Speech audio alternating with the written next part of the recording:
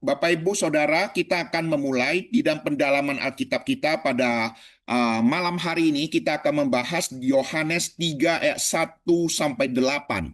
Nah, di dalam eksposisi Yohanes 3 ayat 1 dan 8 ini merupakan pertemuan daripada Tuhan Yesus kepada Nikodemus. Dan kalau kita perhatikan baik-baik di dalam pembicaraan ataupun percakapan Tuhan Yesus dengan Nikodemus itu bisa dilihat dari Yohanes 3 ayat 1 sampai 21. Jadi cukup panjang ya. Namun kita membatasinya karena kebenaran yang diperoleh sangat-sangat mendalam, sangat-sangat kaya. Oleh sebab itu pada malam hari ini kita membaginya menjadi 3 bagian, yaitu sesi 1 Yohanes 3 ayat 1 sampai 8 yang berbicara tentang kebutuhan manusia harus mengalami lahir baru atau harus ya dilahir barukan kembali gitu ya. Jadi ini merupakan poin yang pertama di dalam sesi kita Yohanes 3 ayat 1 dan 8. Kemudian minggu depan kita akan bahas sesi kedua tentang masalah manusia, yaitu ketidakpercayaan dan kebutaan rohani. Ya, ini Yohanes 3 ayat 9 sampai 15. Kemudian sesi yang ketiga tentang jalan keselamatan, kasih Allah dan respon manusia. Yohanes 3 ayat 16 sampai 21. Jadi Bapak Ibu Saudara, tema kita ataupun pembelajaran kita pada malam hari ini akan terus berlanjut. Oleh sebab itu pastikan 2 pertemuan selanjutnya Bapak Ibu Saudara sesibuk apapun kalau bisa cobalah mengatur waktu untuk bisa mengikuti karena ini merupakan hubungan ataupun relasi yang sangat-sangat penting sekali. Dan hari ini saya yakin dan percaya ketika saya juga mempersiapkan bahan ini, saya sendiri juga dibukakan, disingkapkan banyak pemahaman-pemahaman rohani yang penting yang juga bisa diaplikasikan di dalam kehidupan kita sehari-hari, khususnya yang berhubungan dengan kehidupan rohani kita. Jadi kalau kita berbicara tentang lahir baru, ini berbicara tentang keselamatan. Dan ketika kita berbicara tentang keselamatan, ini berbicara tentang kehidupan kekal. Jadi berbahagialah kita yang Tuhan izinkan pada malam hari ini kita diperlengkapi untuk mengerti pemahaman lahir baru. Ya, kenapa pemahaman ini penting? Banyak orang Kristen mengaku dia Kristen. Tetapi kalau ditanya apakah sudah mengalami lahir baru, dia kelihatan agak sulit untuk menjawabnya. Nah, hari ini kita akan melihat apa itu lahir baru, dan mari kita juga melihat dan menguji diri kita masing-masing, apakah aku sendiri sudah lahir baru atau tidak. Ya, jadi ini menjadi pembelajaran yang sangat penting bagi kita, karena syarat daripada keselamatan adalah lahir baru. Ya, jadi ini merupakan pembelajaran yang sangat-sangat penting. Oleh sebab itu, pastikan Bapak Ibu Saudara mengikuti pembinaan ini dengan serius. Dan di akhir daripada pembinaan ini, selain daripada ada sharing daripada kita, ataupun ada pertanyaan, ada kuis yang akan kami berikan. Dan silakan Bapak Ibu Saudara, kuis hari ini kita akan bagi. Ada yang di PowerPoint, kemudian ada juga yang di link ya di handphone masing-masing. Jadi Anda bisa jawab melalui PowerPoint juga bisa, ataupun dari link juga bisa. Maksudnya dari link Zoom bisa, dari link tersendiri bisa. Nanti saya akan bimbing ya, saya akan tuntun untuk Bapak Ibu Saudara ya bisa mengikuti dua link ini ya. Silakan pilih salah satu. Ya baik, kita akan segera mulai.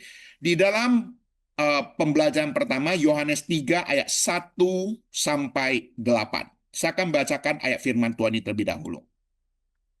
Adalah seorang Farisi yang bernama Nikodemus, seorang pemimpin agama Yahudi.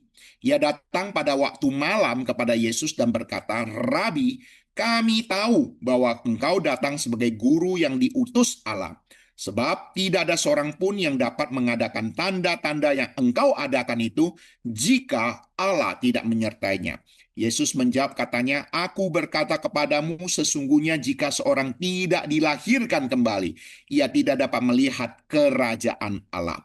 Kata Nikodemus kepadanya, "Bagaimanakah mungkin seorang dilahirkan kalau ia sudah tua? Dapatkah ia masuk kembali ke dalam rahim ibunya dan dilahirkan lagi?" Jawab Yesus, Aku berkata kepadamu, sesungguhnya jika seorang tidak dilahirkan dari air dan roh, ia tidak dapat masuk ke dalam kerajaan Allah. Apa yang dilahirkan dari daging adalah daging, dan apa yang dilahirkan dari roh adalah roh. Janganlah engkau heran, karena aku berkata kepadamu, kamu harus dilahirkan kembali. Angin bertiup kemana ia mau, dan engkau mendengar suaranya. Saya ulangi, engkau mendengar bunyinya, tetapi engkau tidak tahu dari mana ia datang atau kemana ia pergi. Demikianlah halnya dengan tiap-tiap orang yang lahir dari roh.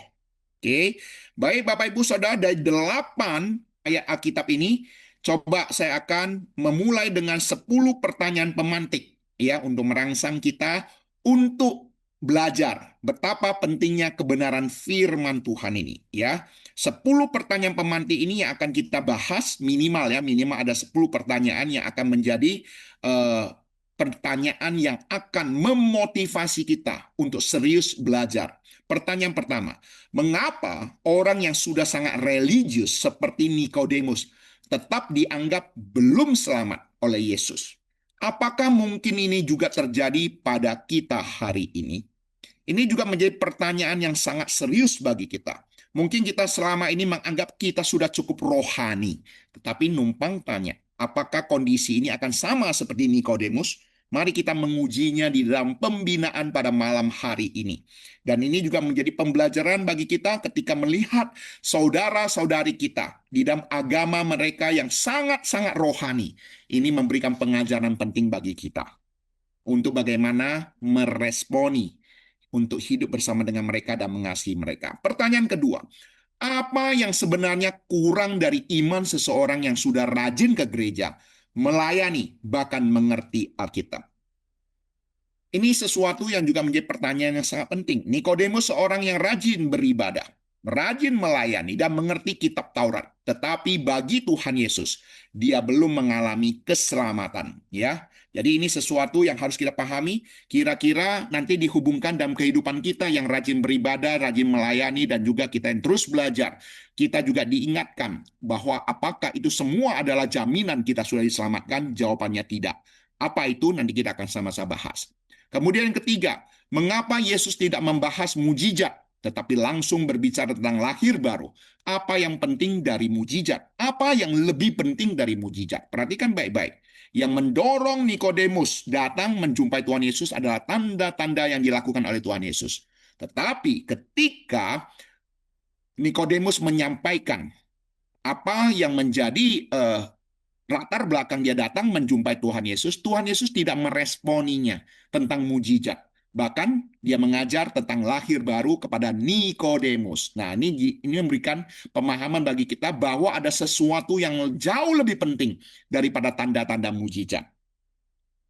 Keempat, apa bedanya percaya pada Yesus dengan dilahirkan kembali oleh Roh Kudus? Nah, ini ada perbedaan yang sangat-sangat penting. Ya, sangat jelas di dalam pembelajaran kita.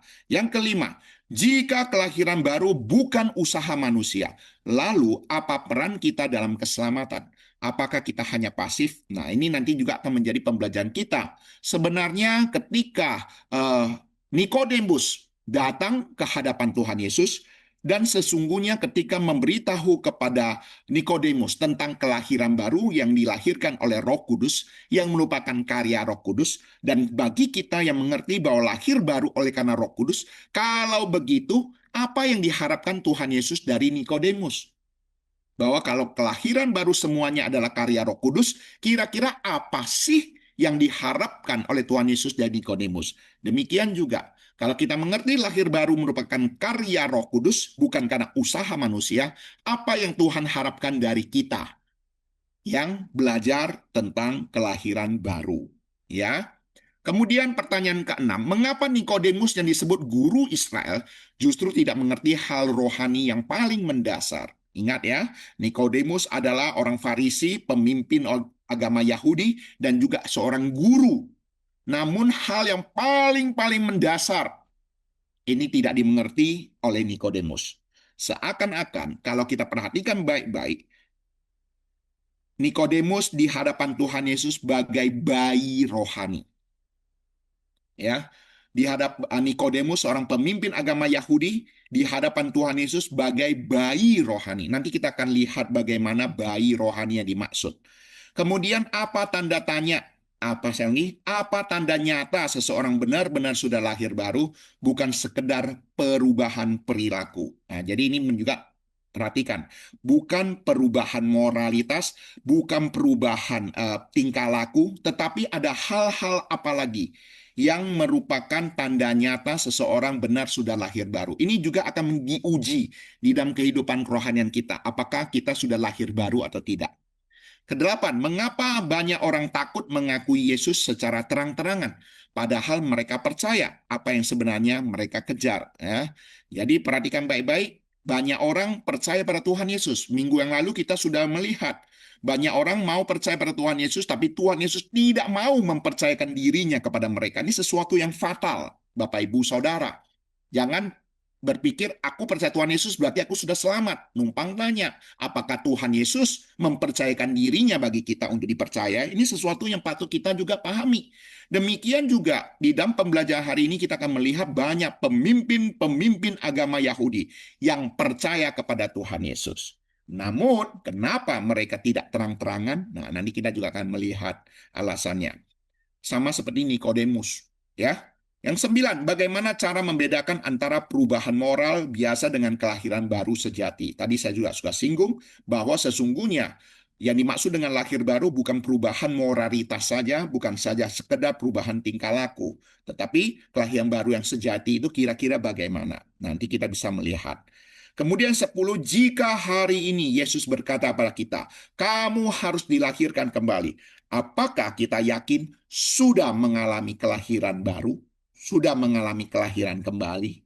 Nah, jadi ini 10 pertanyaan sebagai pertanyaan dasar ya yang memicu kita, memotivasi kita belajar pembinaan, pendalaman Alkitab pada malam hari ini ya. Jadi kalau dari 10 pertanyaan ini saja sesungguhnya ini ada pertanyaan-pertanyaan yang sangat-sangat penting.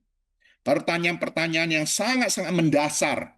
Ya, ingat ya, pertanyaan mendasar tetapi pertanyaan yang sangat penting karena ini akan mempengaruhi kekekalan kita nantinya. Oke. Baik, sebagai pendahuluan, percakapan antara Tuhan Yesus dan Nikodemus adalah salah satu percakapan terpenting dalam Alkitab. Saya ulangi. Percakapan antara Tuhan Yesus dan Nikodemus adalah salah satu percakapan terpenting dalam Alkitab. Di sini kita melihat bahwa manusia bisa sangat religius, sangat bermoral, sangat berpengetahuan, bahkan dihormati masyarakat, tetapi tetap belum mengenal keselamatan sejati. Tuhan Yesus membawa Nikodemus dari pemikiran lahiriah menuju kebenaran rohani. Manusia harus dilahirkan kembali. Ini bukan sekedar perubahan perilaku, tetapi karya Roh Kudus yang memperbaharui hati kita. Ya, jadi Bapak Ibu Saudara, secara pelan-pelan kita akan disingkapkan kebenaran rohani yang begitu penting dan mendasar di dalam kehidupan kita.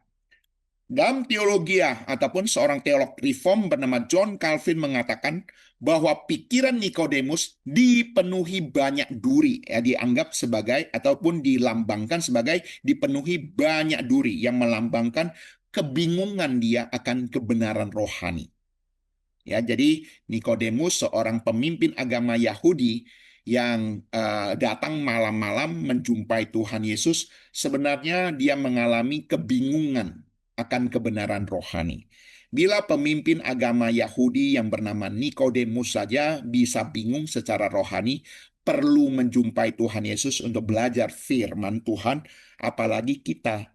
Ya, coba ya, sama seperti Nikodemus yang dengan rendah hati datang belajar dari Tuhan Yesus, kita juga merendahkan hati kita. Sekalipun kita sudah jadi orang Kristen yang sudah cukup lama, sekalipun kita sudah belajar Alkitab, sudah baca Alkitab sudah puluhan kali, bahkan ratusan kali, ataupun kita yang sudah sekolah teologi selama ini, mari kita sama-sama belajar. Ya, saya jujur mengatakan ketika saya persiapan bahan ini, saya sendiri pun sangat-sangat diberkati. Ya, teolog materi hari ini sangat relevan bagi orang Kristen masa kini, sebab banyak orang mengakui diri sebagai orang Kristen, tetapi belum mengalami kelahiran baru.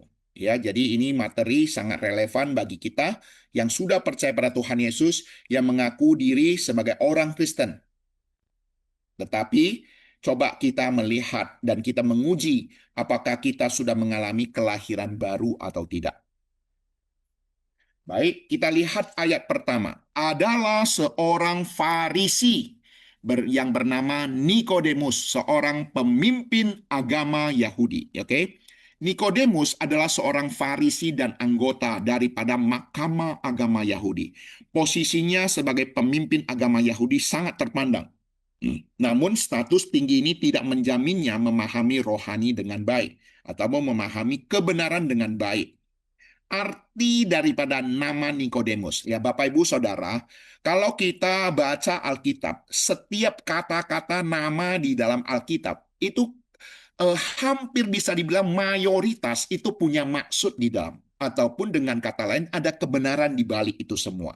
Jadi setiap nama-nama daripada toko-toko Alkitab di dalam Alkitab, kita perlu untuk memperhatikannya, perlu menyimaknya. Ya, karena kadangkala nama-nama itu menyembunyikan kebenaran yang patut kita pahami. Nah, sekarang kita coba berusaha mengerti arti nama Nikodemus. Jadi Nikodemus di dalam Alkitab hanya satu orang yang bernama Nikodemus. Ya, nama Nikodemus berasal dari bahasa Yunani yang terdiri dari kata Nikos dan Demos. Nikos artinya kemenangan ataupun kemenangan besar. Demos artinya rakyat, demokrasi, ya. Jadi ini demos artinya rakyat, bangsa ataupun umat. Jadi Nikodemus berarti kemenangan bagi rakyat ataupun kemenangan besar bagi rakyat atau penakluk bangsa. Ironisnya, meskipun namanya berarti kemenangan, ia pada awalnya datang dalam kebingungan rohani. Ini menunjukkan bahwa kemenangan sejati bukan pada status agama ataupun jabatan agama, tetapi pada kelahiran baru di dalam Kristus. Ya, jadi kita di sini bisa melihat bagaimana nama daripada Nikodemus dan bagaimana kita menghubungkannya di dalam kebenaran yang dia alami.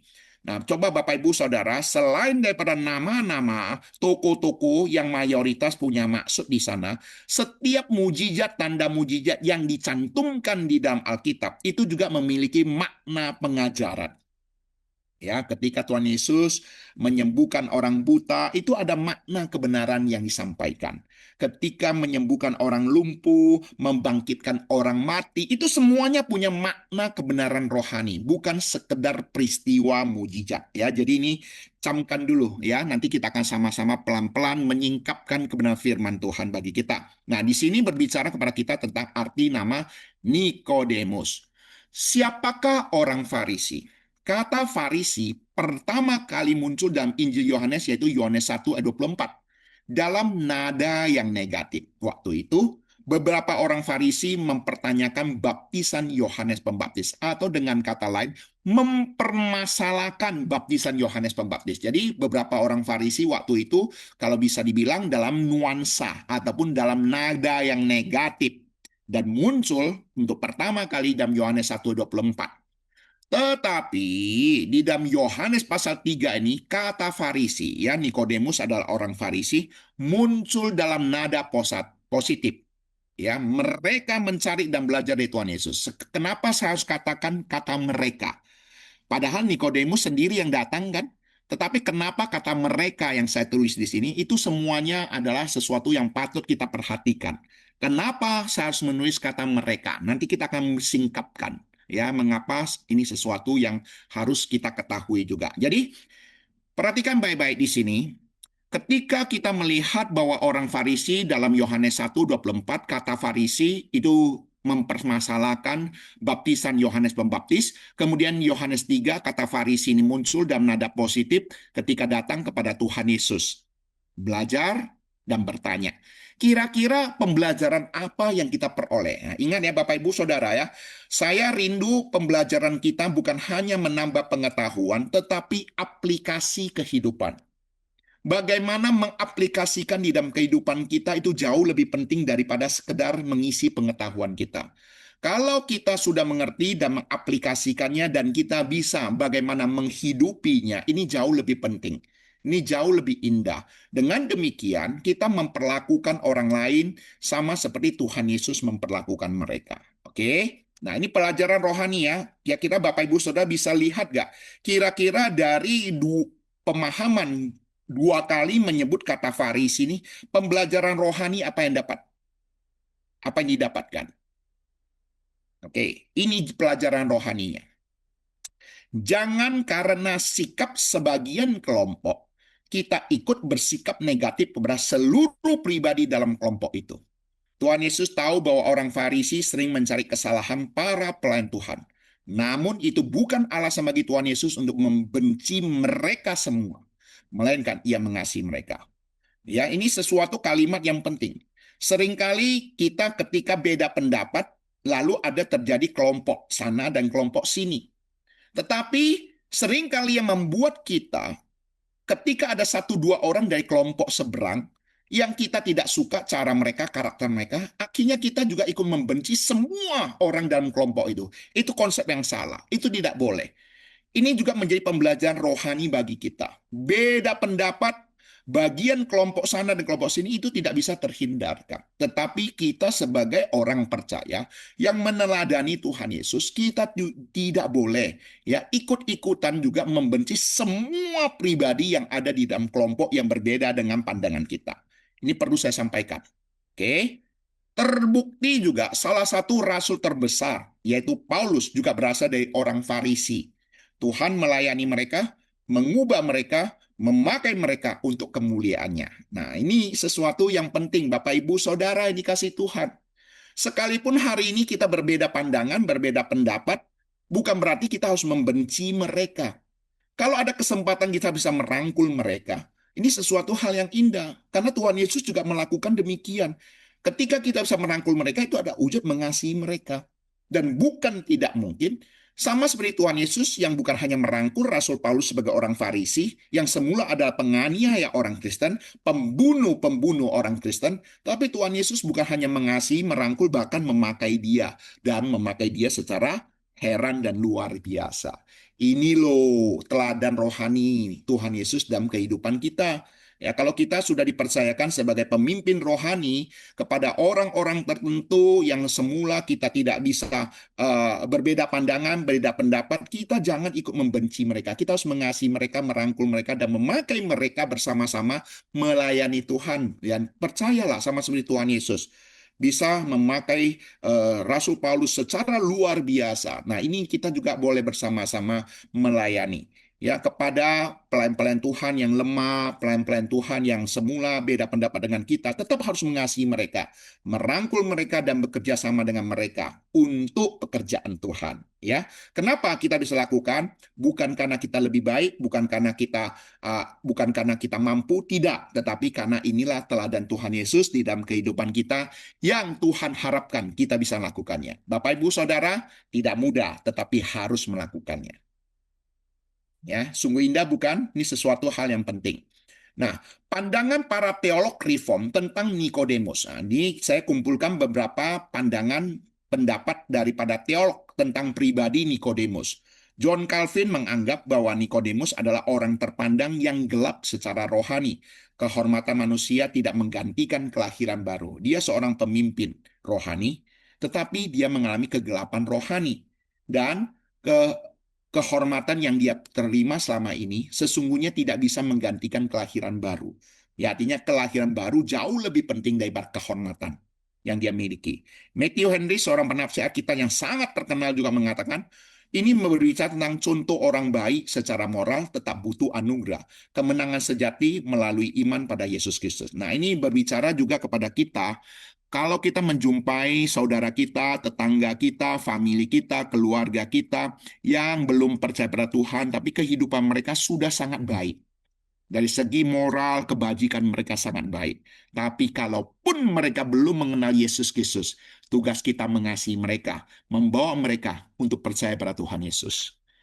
Dengan kata lain, orang yang belum mengenal Kristus, belum percaya pada Yesus Kristus, yang belum mengalami kelahiran baru, sekalipun hidup mereka baik, moral mereka baik, kebajikan mereka baik, tugas kita juga tetap harus mendoakan mereka, membawa mereka untuk menerima kasih daripada Tuhan.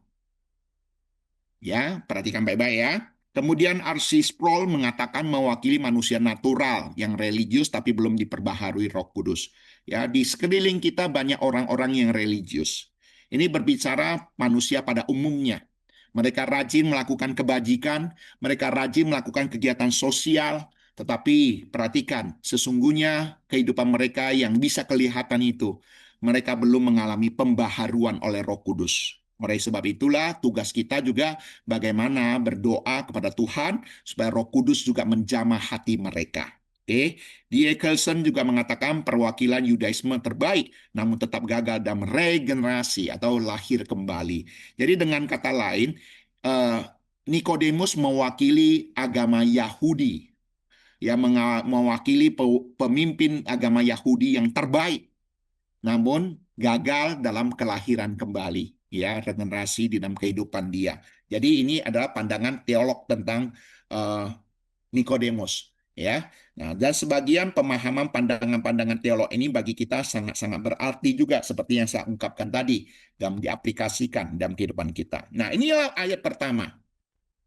Ayat kedua, ia datang pada waktu malam kepada Yesus dan berkata, "Rabi, kami tahu bahwa engkau datang sebagai guru yang diutus Allah, sebab tidak ada seorang pun yang dapat mengadakan tanda-tanda yang engkau adakan ini, jika Allah tidak menyertainya." Jadi di sini kita bisa melihat apa yang memotivasi Nikodemus datang. Nah, kalau perhatikan di sana, ia datang pada waktu malam. Nah, nanti kita akan melihat kedatangan pada waktu malam itu maksudnya apa. Dan di sini, coba perhatikan, pada Yesus berkata, "Rabi, kami tahu." Nah, coba katakan di sana. Di sana tidak dikatakan, "Aku tahu." Kami tahu bahwa engkau datang sebagai guru yang diutus Allah. Ini berbicara bahwa Nikodemus itu perwakilan dari sekelompok orang Farisi ataupun pemimpin agama Yahudi waktu itu. Jadi, bukan tidak mungkin Nikodemus adalah perwakilan dari sekelompok pemimpin agama Yahudi.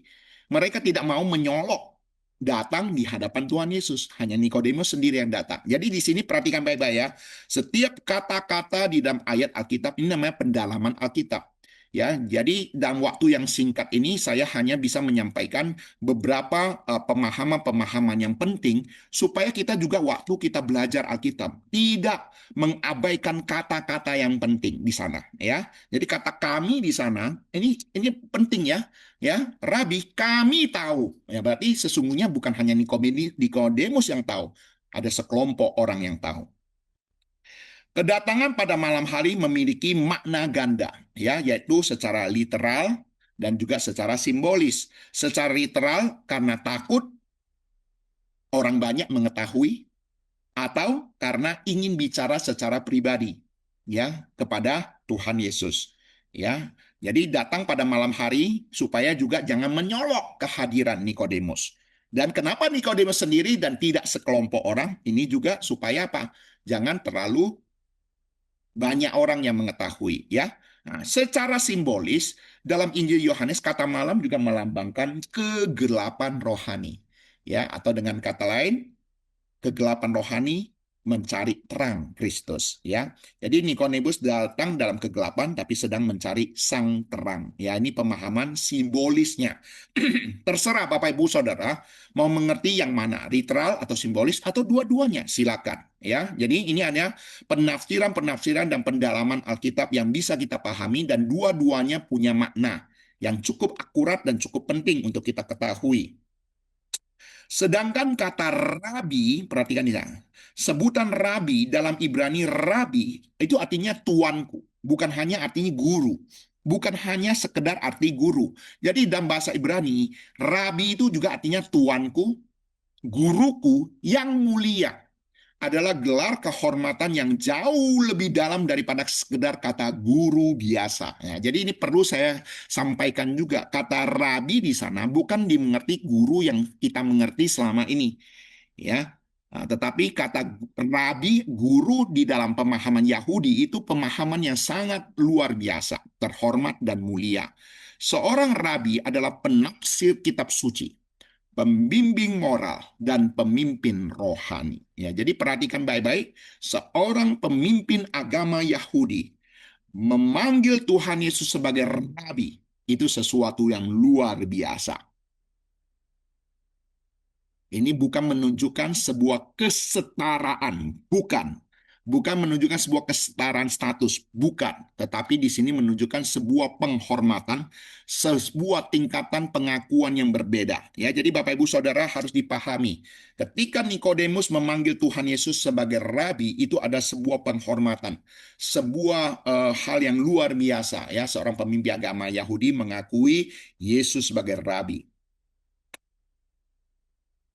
Ketika Nikodemus menyebut Yesus Rabi, itu menunjukkan pengakuan hormat bahwa Yesus adalah guru yang memiliki otoritas ilahi. Melalui materi ini kita diingatkan, menghormati Yesus sebagai guru saja belum cukup. Seseorang harus menerima dia sebagai Tuhan dan Juru Selamat. Bapak, Ibu, Saudara, mungkin kita juga pernah menyaksikan pemimpin-pemimpin ataupun pengajar-pengajar agama di luar Kristen ketika mengagungkan Yesus, menyebut Yesus sebagai guru moral, guru kebajikan, dan patut untuk diteladani. Itu sebuah, ya kita juga melihat pengajaran-pengajaran dari agama lain gitu ya. Saya melihat ya secara terus terang ada biksu yang mengajar hal ini gitu loh, yang mengakui Yesus adalah guru kebajikan, guru moral, ya itu sebuah pengakuan dia sebagai wujud penghormatan, ya rasa hormat. Tetapi melalui materi kebenaran firman Tuhan pada malam hari ini, menghormati Yesus sebagai guru saja itu tidak cukup. Seseorang harus menerima dia sebagai Tuhan dan Juru Selamat. Ya, jadi di sini berbicara tentang kualitas iman kita, ya, bukan hanya sekedar mengenal Yesus, ya, bukan hanya mengenal tahu siapa Yesus, tapi bagaimana juga mengakuinya. Kemudian selanjutnya, kata kami tahu, kalimat ini menunjukkan bahwa bukan hanya Nikodemus, tapi sekelompok orang juga mengakui Yesus sebagai guru yang diutus oleh Allah. Ya, tadi saya sudah sampaikan. Alasan mereka mencari Tuhan Yesus adalah tanda-tanda mujizat yang dilakukan Yesus. Tanda-tanda mujizat itu berdampak bukan hanya pada orang awam. Ingat ya, minggu yang lalu kita sudah melihat ada sebagian orang awam percaya pada Tuhan Yesus, tapi Tuhan Yesus tidak mempercayakan dirinya kepada mereka karena Tuhan Yesus mengenal mereka. Hari ini kita belajar bahwa kaum rohaniawan pun akhirnya datang pada Tuhan Yesus dan datang mencari Tuhan Yesus. Ya, jadi di sini memberitahu para kita, alasan mereka mencari Tuhan Yesus adalah tanda-tanda mujizat yang dilakukan Tuhan Yesus. Tanda-tanda mujizat itu berdampak bukan hanya pada para orang awam, tapi juga para rohaniawan Yahudi, ya, termasuk pemimpin agama Yahudi. Jadi sesuatu hal yang luar biasa. Nah, kalau kita perhatikan di dalam Injil Yohanes, menyingkapkan kebenaran yang sangat luar biasa, bahwa apa yang diajarkan, apa yang dilakukan oleh Tuhan Yesus sesungguhnya membuat para pemimpin-pemimpin agama waktu itu juga percaya pada Tuhan Yesus, beriman kepada Tuhan Yesus. Hanya saja masalahnya adalah mereka tidak terang-terangan untuk mengaku Tuhan Yesus sebagai Tuhan dan Juru Selamat hidup mereka. Mengapa? Jawabannya cukup jelas. Ya, coba kita lihat. Yohanes 12 ayat 42 sampai 43. Ya. Yohanes 12 42 43. Ayo kita sama-sama baca. Tak perlu buka mic ya, tidak perlu buka mic. Baca, kita buka suara baca, tapi tidak perlu buka mic ya. Cukup saya saja, kita sama-sama buka suara baca. Yohanes 12 42 43. Meski demikian, banyak juga para pemimpin yang percaya pada Yesus. Namun, karena takut kepada orang-orang Farisi, mereka tidak mengatakannya terus terang karena takut akan dikucilkan dari sinagog. Sebab mereka lebih suka menerima kemuliaan dari manusia daripada kemuliaan dari Allah. Jadi kalau kita perhatikan di sini baik-baik, maka kita mengetahui ada pemimpin-pemimpin yang percaya pada Tuhan Yesus. Tapi mereka tidak mau terang-terangan, takut dikucilkan. Kenapa? Karena mereka lebih memilih menerima kemuliaan daripada manusia, daripada lebih memilih kemuliaan daripada Allah. Loh, ini loh alasannya. Mereka lebih mencintai kemuliaan manusia daripada kemuliaan Allah. Jadi dari sini saja sebenarnya memberitahu pada kita, banyak orang yang secara sembunyi-sembunyi percaya pada Tuhan Yesus. Pertanyaan kita adalah, orang yang sembunyi-sembunyi percaya pada Tuhan Yesus sebenarnya diselamatkan atau tidak? Kita harus akui juga, di dalam dunia ini, khususnya laki-laki lah gitu lah, ya. Kenapa di gereja lebih banyak cewek, ibu-ibu daripada bapak-bapak? Karena bapak-bapak kadang-kadang gengsi dia percaya Tuhan Yesus. Kadang-kadang sudah tidak berdaya, sudah di ICU, sudah masuk rumah sakit, baru mau percaya Tuhan Yesus. Ya, tapi waktu sehat-sehat mau bergaul, dia jadi tokoh masyarakat, dia jadi pemimpin, ketua lembaga ini, ketua yayasan itu, dia tidak mau percaya Tuhan Yesus. Kalaupun dia mau percaya Tuhan Yesus, dia sembunyi-sembunyi, tidak mau diakui banyak orang gitu loh. Bukan tidak mungkin, sama seperti kondisi demikian. Nah, ini sesuatu yang bagaimana ya? Ya, kalau ditanya apakah orang-orang yang sembunyi-sembunyi percaya Tuhan Yesus atau tidak, ya memang itu urusan dia dengan Tuhan. Tapi kalau dia punya kesempatan untuk menyatakan iman, kenapa dia harus sembunyi-sembunyi? Nah, ini salah satu ayat Alkitab juga yang perlu kita pahami. Matius 10 ayat 32, Tuhan Yesus berkata, setiap orang yang mengakui aku di depan manusia, aku juga akan mengakuinya di depan Bapakku yang di surga. Ini kata Tuhan Yesus. Ini salah satu pegangan Alkitab yang sangat penting. Kalau Anda sudah percaya Tuhan Yesus, janganlah Anda takut mengakui iman Anda percaya Tuhan Yesus. Sekarang banyak orang juga, orang Kristen mengaku Kristen tapi takut diketahui orang ke gereja. Takut kemana? Nggak berani bilang ke gereja. Ya, dia mau ke sana. Tapi sebenarnya ini juga yang menjadi alasan bagi kita kenapa baptisan itu harus dinyatakan di depan umum. Itu ada sebuah proklamasi iman, sebuah pengakuan iman. Karena Tuhan Yesus berkata, setiap orang mengakui aku di depan manusia, aku juga akan mengakuinya di depan Bapakku yang di surga. Ini sebuah pemahaman yang memberitahu pada kita, cobalah nyatakan iman kita. Artinya bukan artinya menyatakan iman dalam pemahaman yang wajar, bukan sembarangan, tetapi cobalah menyatakan iman. Orang yang berani menyatakan iman di hadapan Tuhan Yesus, dia juga akan berjaga-jaga di dalam kehidupan dia. Justru sebaliknya, orang yang tidak berani menyatakan iman di hadapan orang banyak, mungkin saja kehidupannya itu berantakan. Mungkin saja orang tahu dia melakukan banyak dosa. Misalnya, dia suka berjudi. Sehingga dia takut orang tahu dia orang Kristen. Dia suka pergi karaoke, berzina, dan sana-sini. Banyak teman yang tahu. Tapi oleh karena itulah dia takut mengaku sebagai orang Kristen. Jadi ini sesuatu hal yang harus kita akui, pengakuan kita sebagai orang Kristen sebenarnya juga membuat kita berjaga-jaga di dalam hidup kita, iman rohanian kita, ya, dan juga Tuhan Yesus menghendaki kok. Nah, dengan kata lain, Tuhan Yesus tidak menghendaki kita sembunyi-sembunyi. Oleh karena apa? Mencari kemuliaan manusia daripada mencari kemuliaan Tuhan. Ya, jadi ini sesuatu yang firman Tuhan nyatakan bagi kita untuk berhati-hati. Jadi, Bapak Ibu Saudara perhatikan baik-baik. Pertemuan Nikodemus ini juga menjadi pembelajar rohani yang sangat penting bagi kita. Ya, nah, nanti kita akan melihat Nikodemus yang semula sebelum lahir baru dia mengalami bagaimana, kemudian bagaimana setelah dia lahir baru itu hidupnya berbeda sekali. Ya, hidupnya berbeda sekali. Nah, jadi bagi kita yang baca Alkitab, Anda sudah bisa mengerti arah daripada pengajaran saya kemana. Ya, bagus ya. Nah, sekarang coba kita lanjutkan. Aplikasinya, banyak orang tahu tentang Yesus, tapi belum tentu mengenal Yesus secara pribadi. Pengetahuan tentang Allah tidak sama dengan memiliki hubungan yang hidup dengannya. Ya, jadi kita bukan hanya sekedar tahu siapa Tuhan Yesus, tapi kita juga mengenal Dia.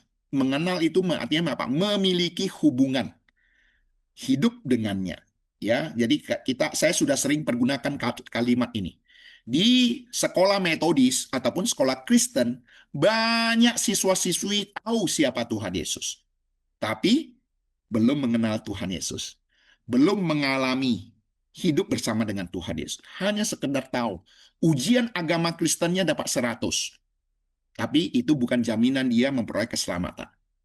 Oke, tahu Tuhan Yesus dan mengenal Tuhan Yesus secara pribadi, ini ada dua pemahaman yang berbeda. Kemudian tanda-tanda mujizat memang dapat membuat orang percaya dan datang pada Yesus. Tetapi apakah yang dilihat dan diketahui itu memuaskan hati Tuhan Yesus? Perhatikan baik-baik. Orang-orang yang datang kepada Tuhan Yesus oleh tanda-tanda mujizat, Tuhan Yesus tidak mempercayakan dirinya kepada mereka. Demikian juga Nikodemus yang datang kepada Tuhan Yesus karena melihat mujizat. Lalu, apakah itu memuaskan hati Tuhan Yesus? Jawabannya jelas tidak. Makanya Tuhan Yesus memberikan pengajaran kepada Nikodemus.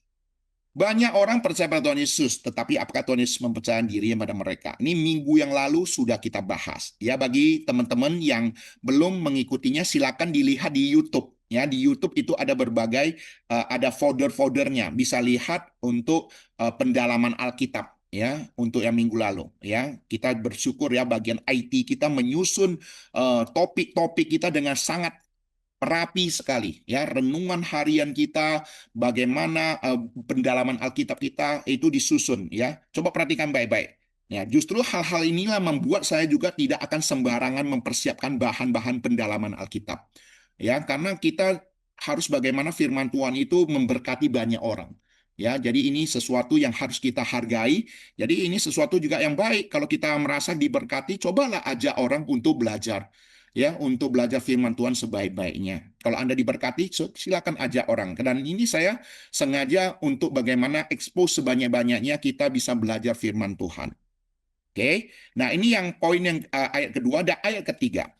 Yesus menjawab katanya, "Aku berkata kepadamu, sesungguhnya jika seorang tidak dilahirkan kembali, ia tidak dapat melihat kerajaan Allah." Jadi kita bisa melihat motivasi waktu Nikodemus mencari Tuhan Yesus karena melihat tanda-tanda mujizat.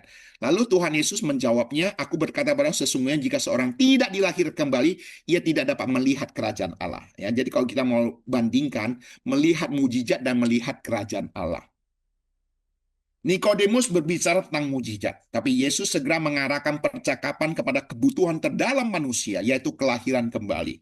Kata dilahirkan kembali atau dilahirkan dari atas menunjukkan karya ilahi yang radikal, ya, yang perlu dipahami. Kemudian di sini kita melihat bahwa ada sesuatu yang jauh lebih penting daripada apa yang dapat dilihat oleh mata, didengar oleh telinga. Sekalipun mereka telah melihat tanda dan mengakui Yesus sebagai guru yang datang dari Allah, itu tidak cukup.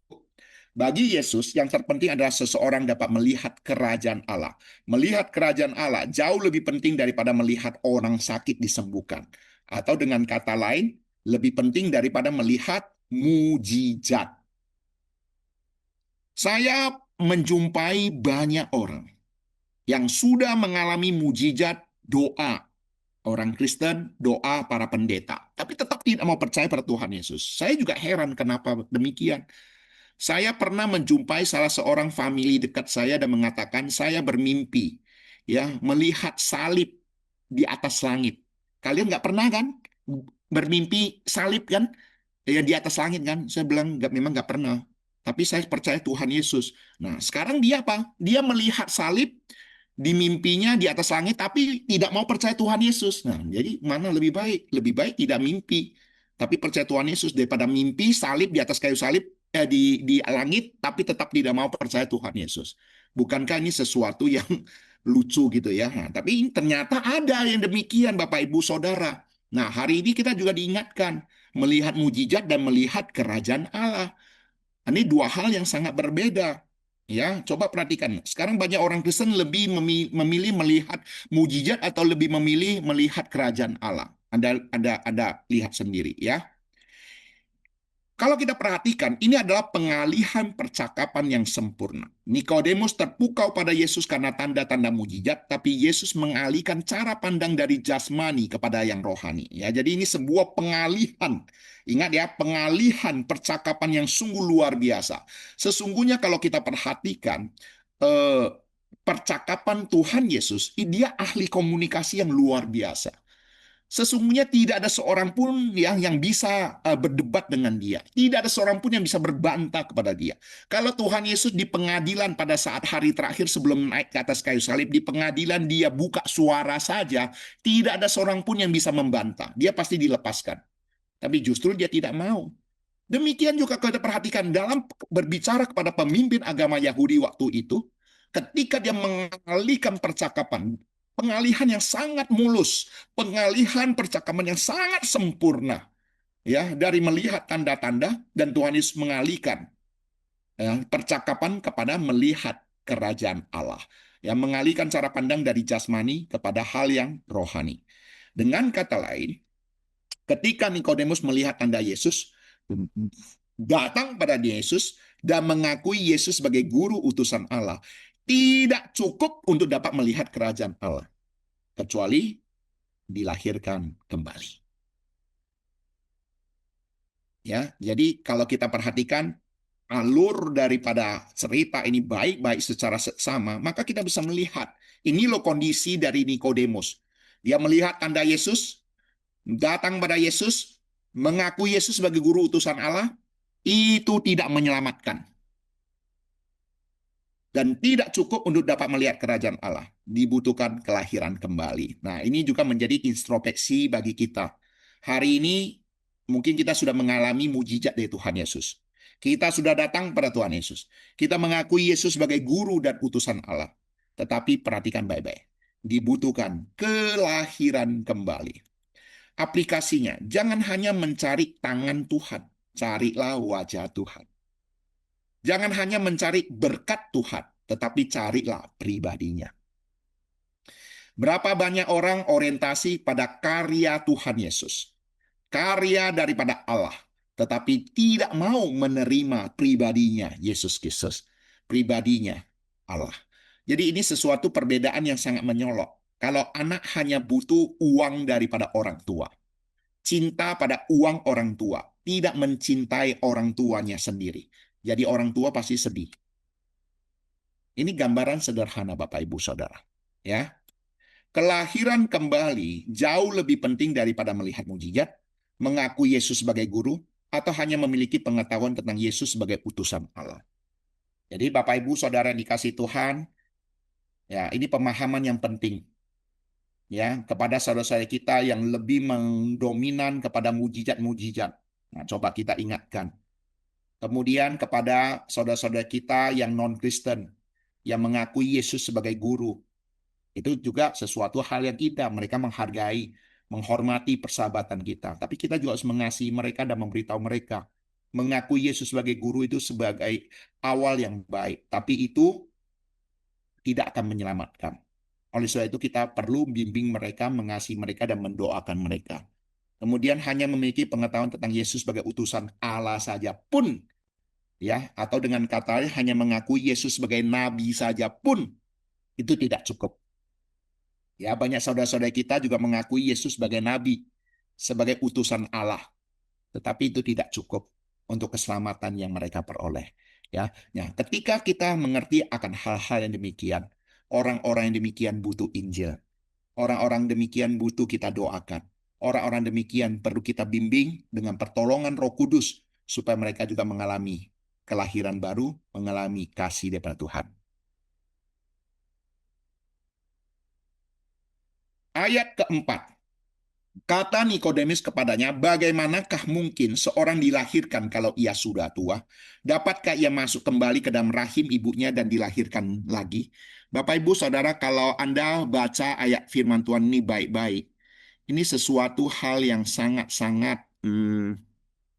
Nah, saya tidak tahu bagaimana pendapat Anda ketika Tuhan Yesus mengajar tentang kelahiran kembali, dilahirkan baru, dilahirkan kembali. Lalu Nikodemus meresponinya demikian. Bagaimanakah mungkin seorang dilahirkan kalau ia sudah tua? Dapatkah ia masuk kembali ke dalam rahim ibunya dan dilahirkan lagi? Nah, jadi Bapak Ibu Saudara, perhatikan baik-baik. Nikodemus pertama dia sebenarnya menghubungkan dirinya tentang kelahiran kembali. Dia mengakui bahwa dirinya sebenarnya sudah tua. Tapi bagaimana dia bisa masuk kembali ke rahim ibunya? Bagaimana dilahirkan kembali? Jadi sebenarnya ini sebuah pertanyaan anak-anak. Makanya saya anggap ya, Nikodemus di hadapan Tuhan Yesus, sekalipun dia seorang pemimpin rohani, seakan-akan di hadapan Tuhan Yesus dia adalah bayi rohani. Tetapi ini sesuatu yang jujur. Dan ingat loh, Tuhan Yesus menghargai loh. Orang-orang yang jujur demikian, orang-orang yang polos demikian, orang-orang yang lugu demikian. Tuhan Yesus menghargai. Tuhan Yesus tidak mentertawakan orang-orang yang demikian. Ya, jadi Bapak Ibu Saudara ini juga menjadi pembelajaran rohani bagi kita. Seringkali ketika kita mengajar hal-hal yang rohani, yang dipertanyakan adalah pertanyaan jasmani. Ketika Tuhan Yesus mengajar tentang kelahiran kembali, lahir baru secara rohani, Nikodemus mengertinya secara jasmani. Nah, ini loh kondisi yang terjadi. Nikodemus yang disebut guru Israel dalam Yohanes 3:10 berpikir secara jasmani tentang perkara rohani. Ini menunjukkan keterbatasan akal budi manusia yang belum diterangi oleh Roh Kudus. Respon Nikodemus jujur, polos, dan penuh keluguan. Jika Nikodemus tidak menghargai Yesus sebagai guru, ketidakmengertian ini bisa saja membuat dia langsung meninggalkan Tuhan Yesus waktu itu, atau menganggap ajaran Tuhan Yesus itu sesat. Tetapi rasa hormat dan kerendahan hati Nikodemus itulah membuatnya terus bertahan dan bertanya, sekalipun pertanyaannya dianggap lugu. Bukan tidak mungkin ada orang juga ketika mendengar apa yang kita sampaikan, mereka langsung meninggalkan kita. Nah, tadi saya bertanya, sekarang kita melihat Nikodemus, dia tidak langsung meninggalkan Tuhan Yesus, sekalipun dia salah mengerti, sekalipun dia tidak mengerti, dia tidak langsung, karena dia menghargai Yesus sebagai guru.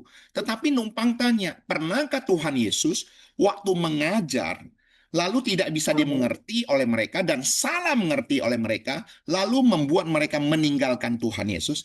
Adakah kondisi yang demikian dicatat dalam Alkitab?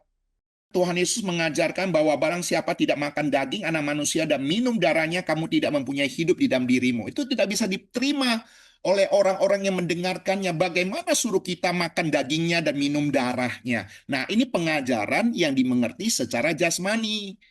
Membuat orang meninggalkan Tuhan Yesus. Nah, kenapa bisa meninggalkan Tuhan Yesus? Mereka itu tidak menghormati Tuhan Yesus. Mereka hanya ikut Tuhan Yesus demi sesuap. Ya, kalau istilah apanya, oleh karena roti. Tuhan Yesus katakan oleh karena roti. Jadi ini sebuah kenyataan. Ya, nanti kita akan bahas ya di dalam Yohanes pasal 6. Silakan rekan-rekan nanti mau baca, silakan Yohanes pasal 6 ayat 53, 54. Kemudian nanti Yohanes 6 ayat 66 ya. Triple six itu coba perhatikan baik-baik. Nah, sekarang saya ingin tanya, ingin saya nyampaikan di sini adalah respon Nikodemus jujur, polos, penuh keluguan. Jika Nikodemus tidak menghargai Tuhan Yesus sebagai guru, ketidakpengertian bisa saja membuatnya meninggalkan Tuhan Yesus dan menganggap ajaran Tuhan Yesus sesat. Tetapi rasa hormat dan kerendahan hati Nikodemus inilah yang membuatnya dia terus bertahan dan bertanya. Sekalipun pertanyaan dianggap lugu, dianggap anak-anak, pertanyaan anak-anak. Ya, benar kan? Nah, ini sebagai pelajaran rohani bagi kita. Ketika belajar firman Tuhan, sekalipun ada yang tidak kita mengerti, atau terkesan pengajaran yang ada tampak bertentangan dengan logika manusia, kerendahan hati dan rasa hormat pada Yesus Kristus dan firman-Nya akan membuat kita terus bertahan untuk bertanya dan belajar. Jadi ini juga berbicara kepada kita masing-masing untuk meneladani Nikodemus loh. Ya, sekalipun dia seorang pemimpin rohani, tapi dia cukup rendah hati ya. Ada yang dia tidak mengerti, ada yang salah mengerti, tapi dia terus bertanya gitu loh. Ini juga menjadi pemahaman bagi kita secara pribadi. Saat firman Tuhan sulit dipahami, jangan cepat menyerah. Jangan menghina ataupun menolak. Datanglah lebih dekat pada Kristus dengan kerendahan hati untuk terus bertanya dan belajar. Jadi Bapak Ibu Saudara perhatikan baik-baik kan. Pelajaran hari ini cukup indah bukan? Ini juga berbicara bukan hanya kepada orang lain, pada diri kita sendiri dalam pembelajaran rohani kita. Waktu kita baca Alkitab, ada yang kurang mengerti, ada yang mungkin logika kita tidak masuk akal, bahkan kita tidak bisa terima. Coba hargai firman Tuhan sebagai firman Tuhan. Hargai Tuhan sebagai Tuhan. Ya, coba ini menjadi pembelajaran rohani yang penting. Ya. Ayat kelima. Yesus menjawab, aku berkata kepadamu, sesungguhnya jika seorang tidak dilahirkan dari air dan roh, ia tidak masuk ke dalam kerajaan Allah. Nah, Tuhan Yesus menghargai, ya, menghargai kepolosan daripada Nikodemus, dan Tuhan Yesus menjawab, aku berkata kepadamu, sesungguhnya jika seorang tidak dilahirkan dari air dan roh, ia tidak dapat masuk ke dalam kerajaan Allah. Ketidaktahuan Nikodemus membuatnya terus bertanya, dan akhirnya ia mendapat jawaban. Kelahiran kembali yang dimaksud ada dilahirkan dari air dan roh. Ya, jadi di sini menunjukkan kesabaran seseorang ingin mencari kebenaran. Suatu hari kebenaran akan disingkapkan. Ya, makanya kenapa saya selalu memberitahu Bapak Ibu Saudara waktu baca Alkitab, ya kalau kurang mengerti catatlah, buat pertanyaan-pertanyaan biar kita sama-sama belajar, ya, dan izinkan Alkitab menjawab pertanyaan Anda. Ya, pertanyaan-pertanyaan Alkitab Anda akan dijawab oleh ayat-ayat Alkitab lainnya. Ya, jadi dengan kata lain, kitab suci itu sendiri, firman Tuhan itu sendiri yang akan menjawab pertanyaan-pertanyaan. Ya, oleh sebab itulah kalau kita perhatikan eh, semua murid Tuhan Yesus itu mengalami proses pembelajaran. Para rasul-rasul sekalipun yang selalu bersama dengan Tuhan Yesus juga terus bertanya kepada Tuhan Yesus. Kadang-kadang tidak mengerti perumpamaan Tuhan Yesus, tapi dalam kesendirian mereka bertanya pada Tuhan Yesus. Artinya apa? Mereka juga yang selalu ikut Tuhan Yesus tidak selamanya bisa langsung mengerti apa yang diajarkan Tuhan Yesus kok. Apalagi kita gitu loh, ya kan? Cobalah kita bersabar sama seperti Nikodemus dan akhirnya dia mendapat jawaban. Apa yang dimaksud dengan air dan roh di sini ya? Coba kita perhatikan baik-baik ya. Seorang tidak dilahirkan dari air dan roh tidak dapat masuk ke dalam kerajaan Allah. Apa yang dimaksud dengan air dan roh di sini? Nah, ini perlu saya sampaikan. Air melambangkan pembersihan dari dosa, menunjuk pada janji pembaharuan di dalam Yeskiel 36 ayat 25-27. Aku akan mencurahkan kepadamu air yang tahir sehingga kamu menjadi tahir. Aku akan memberikan padamu hati yang baru dan roh yang baru di dalam batinmu. Jadi air di sini menunjukkan penyucian dosa yang dilakukan di dalam diri Yesus Kristus, ya. Kemudian roh di sana R-nya huruf besar. Itu menunjukkan Roh Kudus yang melahirbarukan kita. Ya, jadi di sini kelahiran baru oleh darah Kristus, ya, oleh Yesus Kristus, kemudian oleh Roh Kudus. Aplikasinya, keselamatan bukan hasil usaha manusia, tetapi pekerjaan Allah, karya Allah dari awal hingga akhir. Ya, jadi di sini memberitahu pada kita bahwa lahir baru, keselamatan itu adalah bukan usaha manusia, tetapi karya daripada Allah di dalam diri Yesus Kristus dan karya Roh Kudus. Ya. Ayat ke-6, apa yang dilahirkan dari daging adalah daging, dan apa yang dilahirkan dari roh adalah roh. Nah, perhatikan baik-baik. Tuhan Yesus mengajarkan bahwa sumber menentukan hasil. Sama seperti pohon yang baik menghasilkan buah yang baik, natur berdosa menghasilkan dosa, pembersihan lahiriah tidak cukup. Manusia membutuhkan natur baru yang diberikan oleh Roh Kudus. Pola pengajaran Yesus ini sangat khas.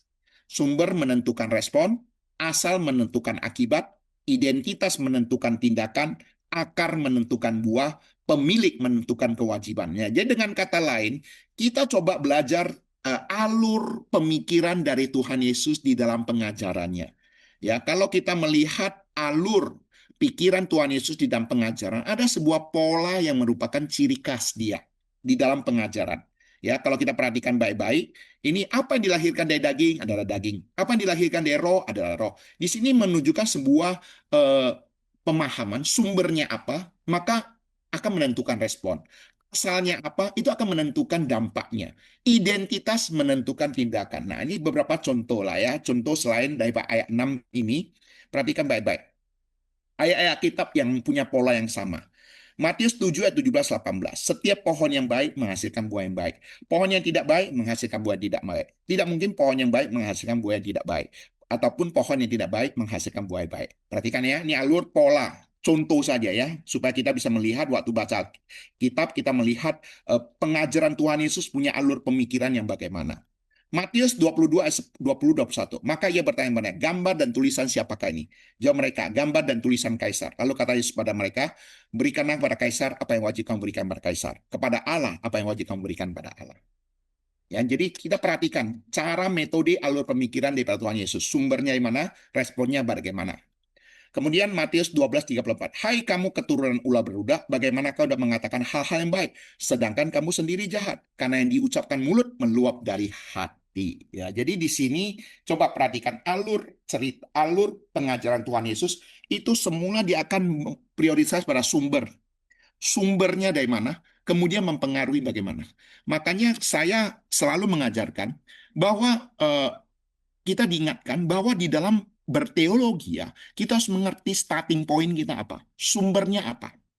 Firman Tuhan dan Tuhan, Theos dan Logos.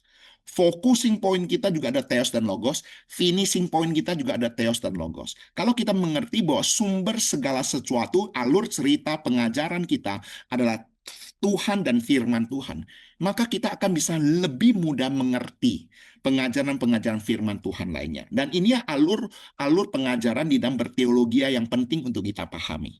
Ya, jadi artinya apa? Sumber bukan dari untuk mengerti firman Tuhan, sumbernya bukan dari manusia, bukan dari pengetahuan manusia, bukan dari pengalaman manusia, bukan dari logika manusia, tetapi bersumber daripada Tuhan dan firman Tuhan. Aplikasinya, lahir secara jasmani, secara Adam menghasilkan natur manusiawi. Lahir dari roh menghasilkan hidup rohani. Jangan hanya mengandalkan moralitas lahiriah, karena dibutuhkan juga adalah natur baru, roh baru. Ya, jadi di sini berbicara kepada kita bukan hanya pembaharuan karakter, perubahan hidup moralitas.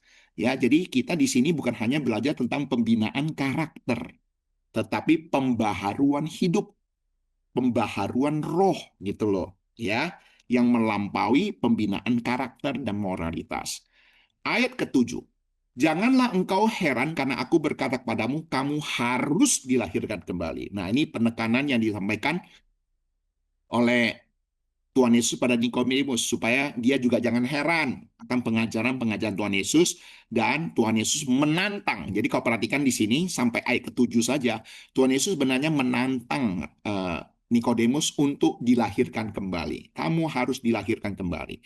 Kata harus di sana, dalam bahasa Yunani menunjukkan keharusan mutlak, bukan sekedar saran. Ini adalah perintah surgawi yang mendesak. Nikodemus diharapkan untuk memahami kelahiran kembali secara rohani, bukan secara jasmani. Ya, jadi ini ada sebuah penekanan untuk supaya Nikodemus mengerti apa yang diajarkan oleh Tuhan Yesus. Dalam doktrin reform, kelahiran baru adalah anugerah Allah yang tidak dapat ditolak. Ya, ini perhatikan baik-baik ya. Kelahiran baru adalah anugerah Allah yang tidak dapat ditolak. Jadi ini berbicara tentang umat pilihan Tuhan. Ketika seseorang sudah dipilih oleh Tuhan di dalam kekekalan, maka dia akan mengalami anugerah yang daripada Allah yang tidak mungkin bisa ditolak. Dengan demikian, dia akan mengalami kelahiran baru. Ya, kelahiran baru itulah yang membuat dia bisa beriman kepada Tuhan Yesus, datang pada Tuhan Yesus dan beriman pada Tuhan Yesus. Setiap orang yang dilahirkan baru pasti akan datang kepada Kristus. Jadi hari ini kita bersyukur oleh karena anugerah yang daripada Tuhan. Dan Tuhan menghendaki kita supaya mengerti. Nah, ini loh juga yang seperti yang Tuhan Yesus inginkan. Apakah Nikodemus mengalami kelahiran baru? Nah, sekarang pertanyaan ini coba kita tanya. Apakah Nikodemus mengalami kelahiran baru dan adakah dukungan Alkitabnya? Nikodemus akhirnya mengalami kelahiran baru atau tidak? Ketika Tuhan Yesus mengajarkan kelahiran baru ya kepada Nikodemus, apakah Nikodemus mengalami kelahiran baru dan adakah dukungan Alkitabnya? Oke, untuk menghemat waktu. Yohanes 7 ayat 51. Kata seorang di antara mereka yaitu Nikodemus yang dahulu telah datang pada Yesus pada waktu malam. Apakah hukum Taurat kita menghukum seseorang sebelum ia didengar dan sebelum orang mengetahui apa yang telah dibuatnya? Ini berbicara Nikodemus membela Tuhan Yesus di hadapan orang banyak. Kemudian Yohanes 19 ayat 39. Juga Nikodemus datang. Sekali Yusuf Arimatea mempersiapkan kuburan, Nikodemus datang juga. Dialah mula-mula datang kepada Yesus pada waktu malam. Ia membawa campuran minyak mur dan minyak gaharu, kira-kira 50 kati beratnya. Untuk apa? Untuk membauri tubuh Tuhan Yesus atau jenazah Tuhan Yesus. Jadi di sini kita bisa melihat semula Nikodemus diam-diam dan takut. Tapi penderitaan Tuhan Yesus membuatnya berani tampil beda dan menyatakan imannya di hadapan orang banyak. Nikodemus adalah pribadi yang berbahagia, mendapat bimbingan langsung dari Tuhan Yesus dan kesempatan melayani Tuhan Yesus. Sejalan dengan pemikiran reform John Calvin, kelahiran baru terlihat dari buahnya, bukan dari pengakuan awal saja. Dan buah itu terlihat dari adanya keberanian, adanya kasih pada Kristus, dan adanya tindakan nyata. Inilah yang membuktikan sesungguhnya Nikodemus mengalami kelahiran baru di dalam kehidupan dia setelah bertemu dengan Tuhan Yesus. Nanti kita akan bahas secara mendalam lagi ya di dalam pertemuan selanjutnya. Perjumpaan sesaat pada Kristus dapat mengubah kekekalan seseorang. Jangan menganggap remeh pertemuan seseorang dengan Yesus Kristus. Bila dipahami secara doktrin reform, Nikodemus adalah pribadi yang telah dipilih Allah. Pilihan itulah yang menggerakkannya datang pada Yesus, menanggung resiko dengan kerendahan hati, bagaikan bayi rohani yang butuh bimbingan, dan Yesus menghargai pertemuan itu. Bapak, Ibu, Saudara, hari ini ketika kita mau datang pada Tuhan Yesus, bukan karena pendetamu pinter khotbah, bukan karena pendetamu itu punya pengaruh yang luar biasa, bukan. Tetapi kita diingatkan oleh karena anugerah daripada Tuhan, karya daripada Allah, anugerah daripada Tuhan yang berlimpah dalam kehidupan kita, yang melahirbarukan kita, sehingga kita boleh datang kepada Tuhan Yesus, beriman kepada Tuhan Yesus. Oleh sebab itu, mari hargai. Ketika kita boleh belajar tentang kelahiran baru pada malam hari ini ada sebuah pembelajaran rohani yang penting, yang mempengaruhi kekekalan kita. Di mana kekekalan itu sudah Tuhan berikan bagi kita. Oleh sebab itu ketika kita mengerti kelahiran baru adalah karya Roh Kudus, kita menghargainya. Kita bersuka cita di dalamnya dan kita bersyukur di dalamnya. Oke. Ayat ke-8. Angin bertiup kemana ia mau. Dan engkau mendengar bunyinya, tetapi engkau tidak tahu dari mana ia datang atau kemana ia pergi. Demikianlah halnya dengan setiap orang yang lahir dari Roh Kudus. Ini ayat 8, ayat terakhir yang kita bahas pada malam hari ini. Angin bertiup kemana ia mau, dan engkau mendengar bunyinya. Tetapi engkau tidak tahu dari mana ia datang atau kemana ia pergi. Demikianlah halnya dengan setiap orang yang lahir dari Roh Kudus. Nah, ini sesungguhnya sebuah perumpamaan yang sangat penting bagi kita untuk mengerti. Perumpamaan tentang angin menggambarkan kedaulatan Allah dan misteri karya Roh Kudus. Sama seperti angin tidak dapat dilihat atau dikendalikan. Demikian pula Roh Kudus bekerja menurut kehendaknya sendiri. Namun buah dan pengaruhnya nyata. Kita mendengar bunyi angin, tapi tidak tahu asal-usulnya. Demikian juga orang yang lahir dari Roh Kudus. Kehadiran Roh Kudus dapat dirasakan secara rohani, meskipun tidak bisa dilihat secara fisik. Nikodemus diingatkan bahwa ia mengalami kelahiran baru bukan karena pengetahuannya, melainkan semata-mata karena kemurahan Allah. Hari ini kita juga mengalami kasih Tuhan dan kelahiran kembali. Semua itu adalah karya Roh Kudus. Mengapa Roh Kudus bisa demikian? Bagaimana Roh Kudus bisa demikian? Kadang-kadang kita tidak mengerti. Hari ini kenapa kita bisa percaya pada Tuhan Yesus? Saya dari keluarga non-Kristen. Bukan saja bisa percaya Tuhan Yesus, bahkan bisa jadi seorang pendeta. Mengapa aku bisa demikian? Saya juga tidak mengerti. Cita-cita saya dari kecil mana pernah mau jadi pendeta. Wong keluarganya non-Kristen. Tapi hari ini saya hanya bisa katakan semata-mata anugerah dari Tuhan. Semata-mata adalah kemurahan Tuhan. Dan inilah karya Roh Kudus di dalam kehidupan saya. Yang melahirbarukan saya. Sehingga saya datang pada Tuhan Yesus. Bukan hanya percaya Tuhan Yesus. Dan menjadi hambanya. Ya. Aplikasi. Mungkin kita tidak dapat melihat Roh Kudus secara fisik. Tapi kita dapat melihat hasil pekerjaannya. Hati yang keras menjadi lembut. Pemarah menjadi sabar. Pecandu dilepaskan. Orang yang takut bersaksi menjadi berani. Roh Kudus bagaikan angin yang bisa kita rasakan. Saya tidak tahu apakah saudara pernah merasakan karya Roh Kudus dalam kehidupan saudara. Dalam pelayanan tanpa pertolongan Roh Kudus tidak mungkin kita dapat melayani Tuhan. Kita tidak bisa melihat wujud Roh Kudus, tapi Roh Kudus bisa dirasakan oleh setiap orang yang melatih kepekaan rohaninya di hadapan Allah. Ya, jadi di sini juga memberitahu pada kita tentang kepekaan rohani. Ya, sama seperti angin tidak bisa dilihat tapi bisa dirasakan. Ini berbicara tentang kepekaan. Ya, ini saya sudah sering pergunakan ilustrasi ini. Anak desa yang bisa mendengar suara jangkrik di tengah keramaian kota yang padat lalu lintas. Kenapa anak desa bisa mendengar suara jangkrik di tengah keramaian kota yang padat lalu lintas? Jawabannya sederhana. Karena di desa, di kampung, dia sudah terbiasa mendengar suara jangkrik. Sehingga di kota, sekalipun padat lalu lintas, suara klekson, suara mobil, dia tetap bisa mendengar suara jangkrik. Kenapa? Karena dia sudah terbiasa tanpa dia sadari. Ya, oleh sebab itu latihlah kepekaan rohani dalam Roh Kudus dan rasakan pimpinan serta penghiburannya yang nyata dalam kehidupan kita. Ya, jadi kita juga belajar untuk melatih kepekaan rohani. Sebagai kesimpulan, Nikodemus memiliki agama, pengetahuan, kedudukan, dan kehormatan. Tapi Yesus berkata, kamu harus dilahirkan kembali. Hal yang sama berlaku bagi setiap orang hari ini. Keselamatan bukan tentang nama gereja, keluarga Kristen, pengetahuan teologi, atau pelayanan yang lama, melainkan tentang anugerah Allah melalui Kristus yang menghidupkan hati oleh Roh Kudus. Oleh sebab itu, apa itu lahir baru? Lahir baru ada pekerjaan Allah melalui Roh Kudus yang memperbaharui hati manusia yang mati dalam dosa, sehingga seseorang menerima hidup rohani yang baru dan dapat melihat serta masuk ke dalam kerajaan Allah. Ini bukan sekedar perubahan perilaku, emosi sesaat, atau menjadi lebih rajin beragama, melainkan perubahan natur yang dikerjakan oleh Allah sendiri. Ya, jadi di sini memberitahu pada kita apa itu lahir baru. Lahir baru adalah karya Roh Kudus yang memperbaharui hati manusia yang telah mati karena dosa. Untuk apa? Menerima hidup rohani yang baru di dalam Yesus Kristus. Jadi inti daripada lahir baru bukan usaha manusia, tetapi ini adalah karya Allah.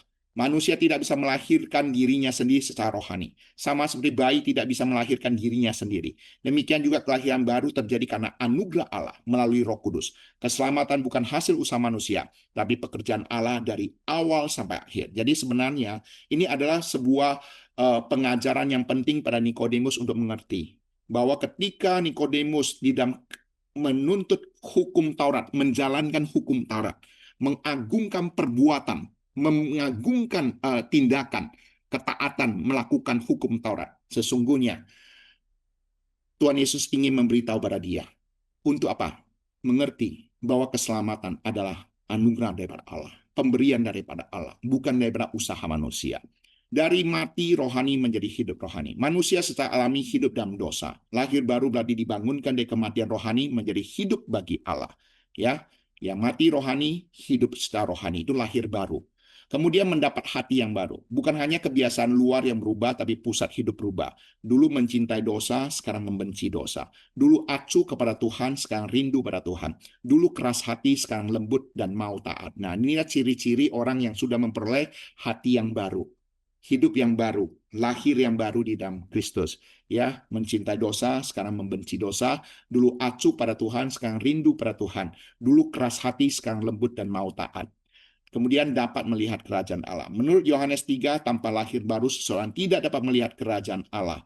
Artinya ia tidak bisa sungguh memahami, menikmati, dan masuk dalam pemerintahan Allah. Jadi ini adalah berbicara tentang hasil. Ya, ketika seseorang sudah dilahir barukan. Dan buahnya.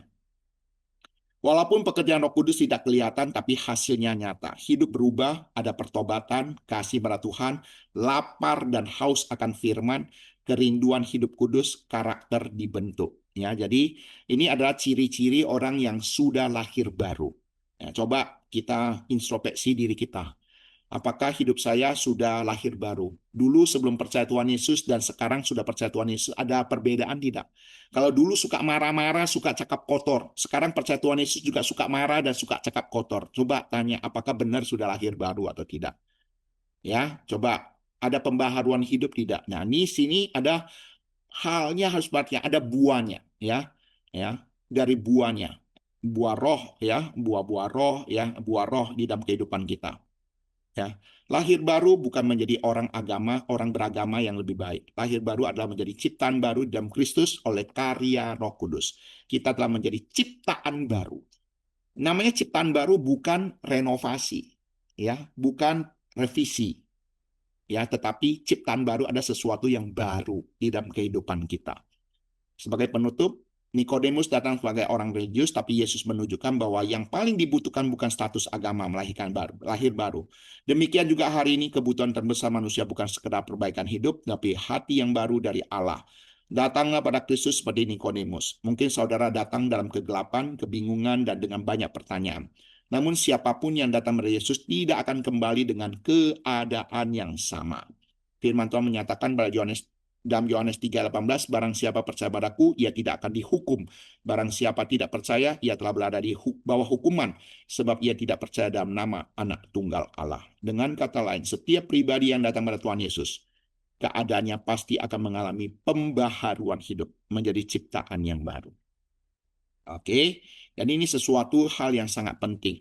Kalau ditanya, bila lahir baru adalah karya Roh Kudus, lalu apa yang diharapkan Tuhan Yesus dari Nikodemus ketika mengerti akan kelahiran baru ini? Nikodemus, dia adalah pemimpin agama Yahudi, ya, yang bertolak pemahaman keselamatan daripada melakukan hukum Taurat. Oke, di dalam pengajaran kelahiran baru ini, sesungguhnya Tuhan Yesus ingin bagaimana Nikodemus mengerti bahwa seseorang diselamatkan oleh karena lahir baru. Lahir baru yang dimaksud di sana adalah karya Roh Kudus untuk beriman kepada Tuhan Yesus. Ya, jadi bukan lagi berdasarkan hukum Taurat, tetapi melalui iman di dalam diri Yesus Kristus. Melalui apa? Penyucian dosa dan melalui karya Roh Kudus. Ya, jadi nanti kita akan membahas dua pertemuan selanjutnya lagi lebih detail ya, sampai Yohanes 3 ayat 16 kita kan sudah bisa melihat ya inti sarinya di sana ya. Nanti coba kita sama-sama terus lanjutkan.